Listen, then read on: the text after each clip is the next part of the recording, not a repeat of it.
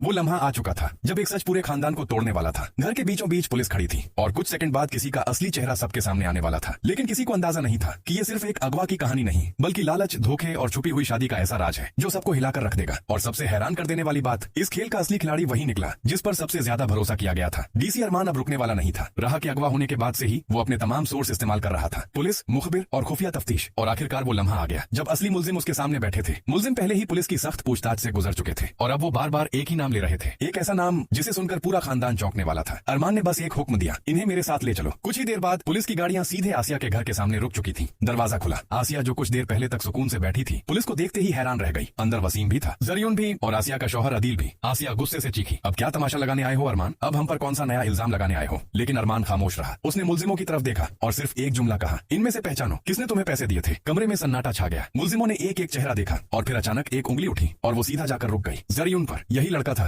मुलजिम ने साफ कहा, और ये औरत भी इसके साथ थी। उन्होंने आसिया की तरफ इशारा किया। इन दोनों ने हमें भारी रकम दी थी कि लड़की को अगवा करना है और जब ये कहें तो उसे वापस सड़क पर छोड़ देना है। ये सुनते ही कमरे का माहौल बदल गया। आसिया और जरियुन फौरन इनकार करने लगे। लेकिन अरमान ने सच में कच्ची गोलियां नहीं खेली थी। उसने एक फाइल मेज पर रख दी। इनकार करने से पहले ये देख लो, ये सीसीटीवी फुटेज थी, हर वो जगह जहां से अगवा करने वाले गुजरे थे। हर कैमरे की रिकॉर्डिंग मौजूद थी। और फिर एक और वीडियो चली, वो लम्हा जब आसिया और जरियुन खुद उन्हें पैसे दे रहे थे। अगवा करने वालों ने खुद ये खुफिया वीडियो बनाई थी ताकि बाद में जरूरत पड़े तो वो इन्हें ब्लैकमेल कर सके। अब सच से भागने का कोई रास्ता नहीं बचा था। अदील ने वीडियो देखी और अगले ही लम्हे तड़ाक उसका हाथ आसिया के चेहरे पर पड़ा। तुम तो आस्तीन का सांप निकली। आसिया चीख उठी, तो तुम्हें क्या करती? मेरी बेटी बतूल जरियुन से शादी करना चाहती थी और तुम जानते हो मैं अपनी बेटी के लिए कुछ भी कर सकती हूँ। वो बोलती जा रही थी। बतूल तो राह को अपनी बहन समझती थी, लेकिन राह ने खुद जरियुन को छीनने की कोशिश की। कमरे में हर शख्स खामोश था, लेकिन अभी असली धमाका बाकी था। वसीम ने गुस्से में आकर अपने बेटे जरियुन का गिरेबान पकड़ लिया। तुमने ऐसा क्यों किया? लेकिन इस बार जरियुन भी खामोश नहीं रहा। वो कड़वी हंसी हंसकर बोला, अब्बू जान, आपकी नजर तो इनकी जायदाद पर थी और वो जायदाद बतूल के हिस्से में आने वाली थी। और तुम्हें क्यों पीछे रहता? मैंने फैसला कर लिया, अब शादी भी बतूल से ही करूंगा। ये सुनकर सबके चेहरों का रंग उड़ गया। लेकिन तभी दरवाजा अचानक खुला। एक लड़की तेजी से अंदर आई। वो सीधा जाकर जरियुन का गिरेबान पकड़ लेती है। तुम अमेरिका में मुझसे शादी करके पाकिस्तान भाग आए और तुम्हें लगा मैं तुम्हें छोड़ दूंगी। ये जरियुन की पहली बीवी थी। मेरी जायदाद वापस करो, मेरे पैसे वापस करो, मैं सिर्फ अपना हक लेने आई हूँ। अब सच्चाई के सारे पर्दे उठ चुके थे। ये सब सुनकर अदील का गुस्सा फूट पड़ा। वो आसिया को तलाक देने लगा। लेकिन उसी वक्त राह आगे बढ़ी और उसने फौरन अपने मामू के मुंह पर हाथ रख दिया। मामू जान, ऐसा मत करें। उसकी आंखों में आंसू थे। आपको मेरी कसम, बतूल मेरी बहन है, उसकी खातिर ये घर मत तोड़े। अदील वहीं बैठ गया और सर पकड़कर रोने लगा। उधर पुलिस जरियुन और वसीम को गिरफ्तार करने लगी। लेकिन हैरानी की बात ये हुई, राह ने अरमान के सामने भी हाथ जोड़ दिए। मामी को मत ले जाएं, मैंने उन्हें माफ कर दिया। अरमान खामोशी से सब देखता रहा और आखिरकार पुलिस सिर्फ जरियुन और वसीम को लेकर चली गई, क्योंकि लालच का खेल आखिरकार अपने अंजाम तक पहुंच चुका था। लेकिन सवाल अभी भी बाकी है, क्या सच में ये कहानी यहीं खत्म हो गई या इस खानदान में अभी भी कोई ऐसा राज छुपा है जो अगली कड़ी में सबको फिर से हिलाकर रख देगा? अगर आप चाहते हैं अगली कहानी भी इसी तरह जानना तो वीडियो को लाइक करें और चैनल को सब्सक्राइब करना बिल्कुल मत भूलिए।